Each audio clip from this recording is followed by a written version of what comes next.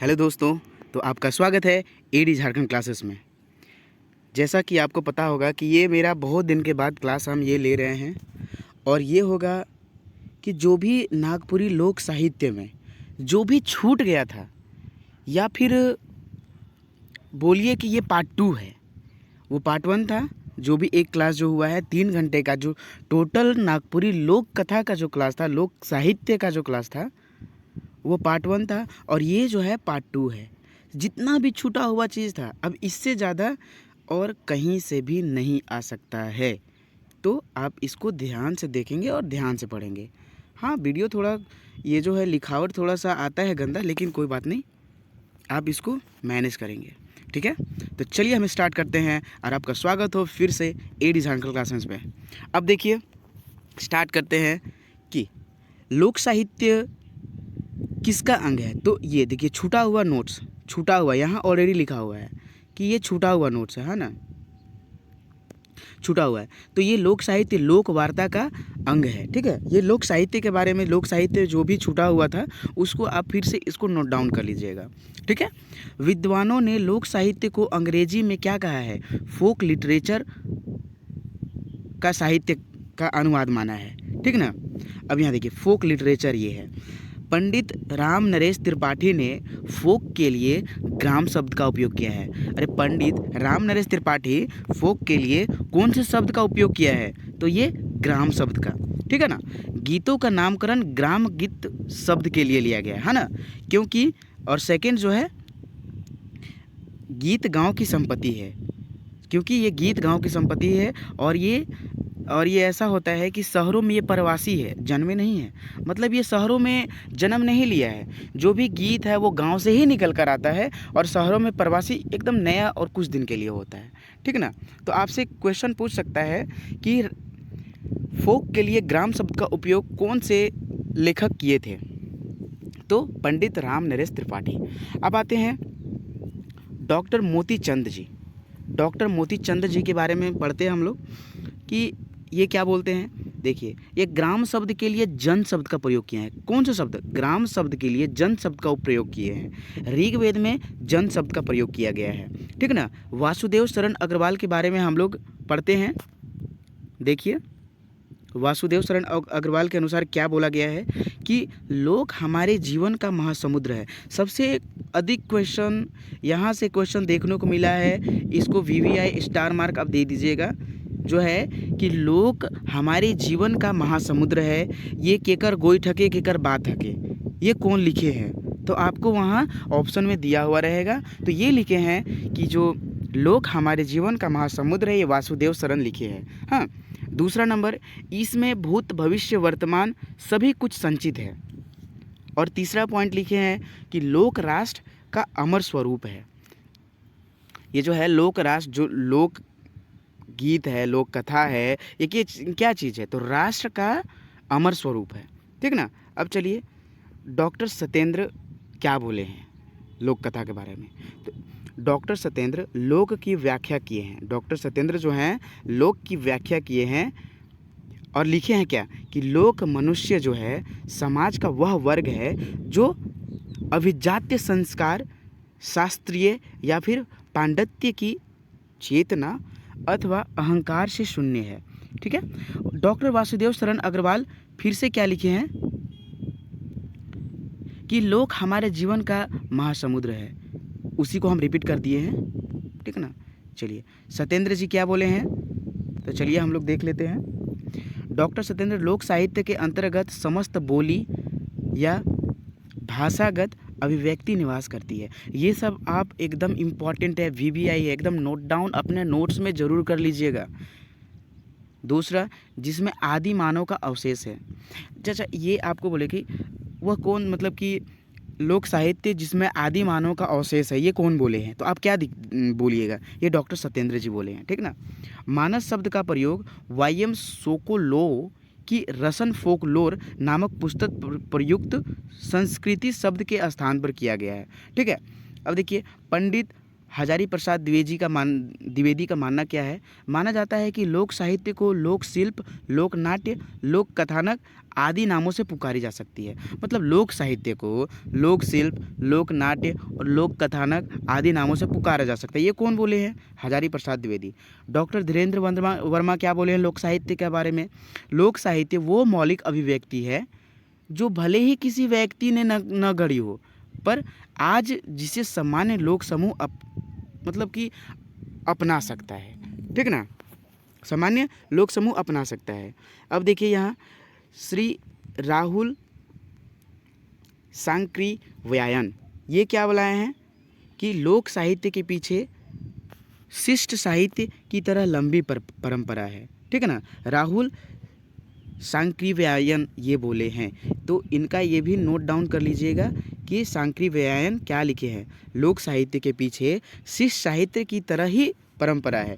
लोक साहित्य शिष्ट साहित्य से बड़ी है, यानी कि लोक साहित्य शिष्ट साहित्य से क्या है? बड़ा है। हम आपको आगे बताएंगे कि लोक साहित्य और शिष्ट साहित्य मतलब लोक साहित्य किसको बोलते हैं और शिष्ट साहित्य किसको बोलते हैं, ये आगे हम बताने वाले हैं। शिष्ट साहित्य भी बल्कि लोक साहित्य का ही उपज है। मतलब शिष्ट साहित्य कैसे है?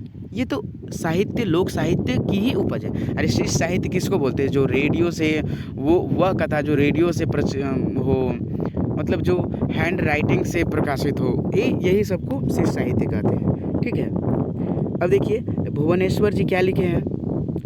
लोक साहित्य समूह द्वारा स्वीकृति व्यक्ति के परंपरागत मौखिक कर्म से पाई गई, ठीक ना, पाई वह वाणी है जिसे लोकमानस से संग्रहित रहता है। अरे मतलब कि आपको ये एकदम डायरेक्टली क्वेश्चन पूछ देगा कि लोक साहित्य समूह द्वारा स्वीकृत व्यक्ति परंपरागत मौखिक कर्म से जो पाई गई है और उसमें लोकमानस संग्रहित है, ये कौन लिखे हैं? तो भुवनेश्वर अनुज जी लिखे हैं। चलिए नेक्स्ट हम लोग देखते हैं।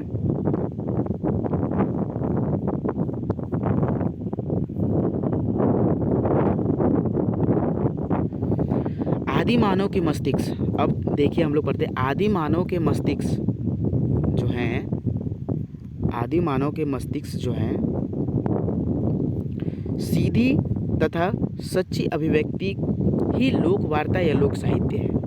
मतलब कि आदि मानव का जो दिमाग है सच्चा है और सीधा है, इसी को लोक वार्ता या लोक साहित्य कहते हैं। लोक साहित्य का क्षेत्र बहुत व्यापक एवं विस्तृत है। ठीक ना, इसके अंतर्गत क्या क्या? नाचना, गाना, हंसना, बोलना, खेलना, जन्म से मृत्यु तक जितना खुशी दुख का चीज़ आता है सब क्या कहलाता है? लोक साहित्य के अंदर आता है।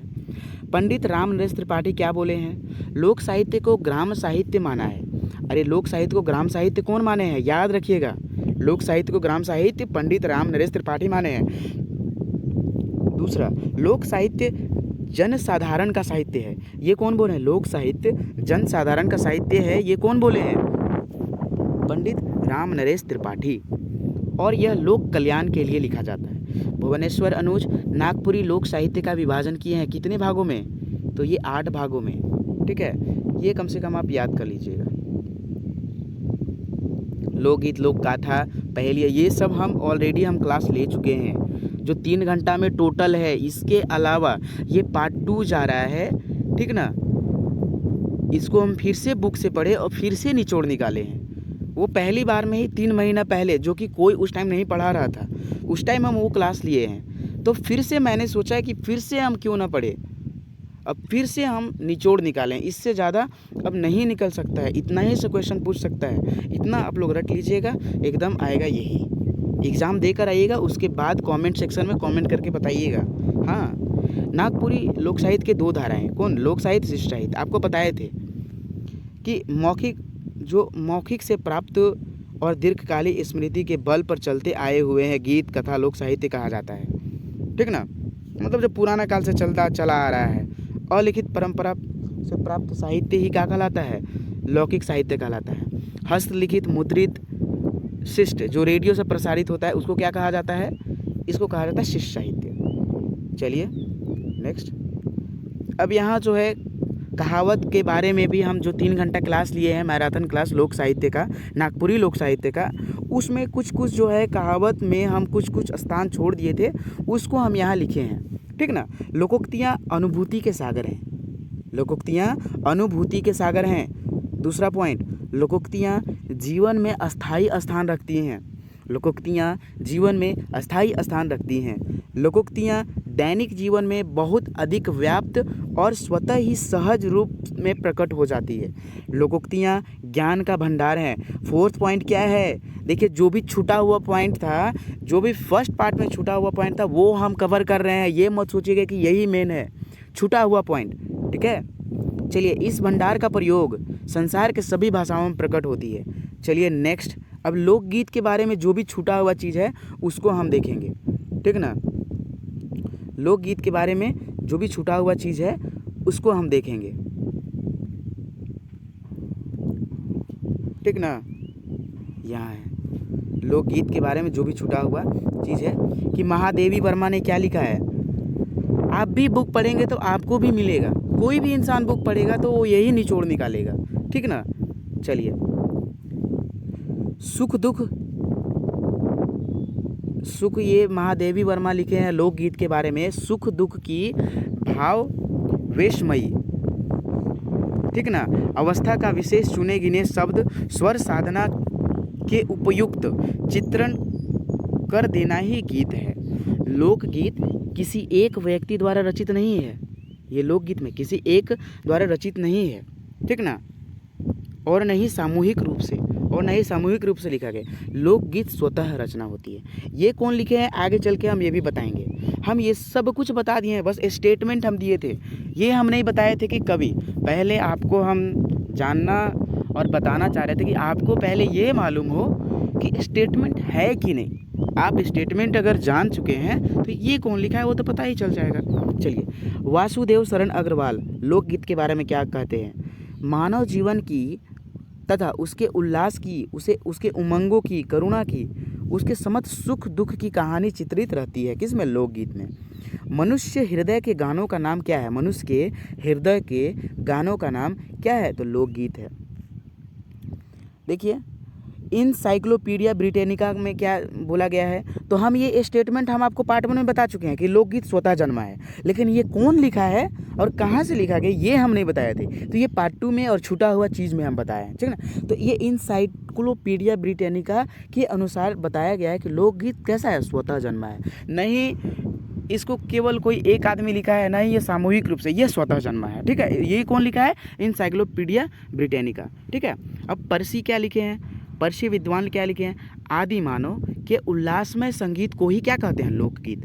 आदि मानव के उल्लासमय संगीत को ही क्या बोलते हैं, लोकगीत कहते हैं। इनसाइक्लोपीडिया ब्रिटेनिका में और क्या क्या कहा गया है, देखिए, लोकगीत ना तो नया है और ना पुराना है। लोकगीत जंगल के एक वृक्ष के समान है, ठीक ना, जिसकी जड़ें भूतकाल की जमीन से मतलब गहरी धसी हुई है, परंतु जिसे निरंतर नई डालियां पल्लो फल ठहरते रहते हैं। केबी दास लोकगीत के बारे में क्या बोले हैं, केबी दास लोकगीत के बारे में क्या बोले हैं, देखिए, तो केबी दास लोकगीत के बारे में बोले हैं कि उन लोगों की जीवन की स्वेदपूर्ण प्रवाह है जो आदिम अवस्था में जीवन बिताते हैं।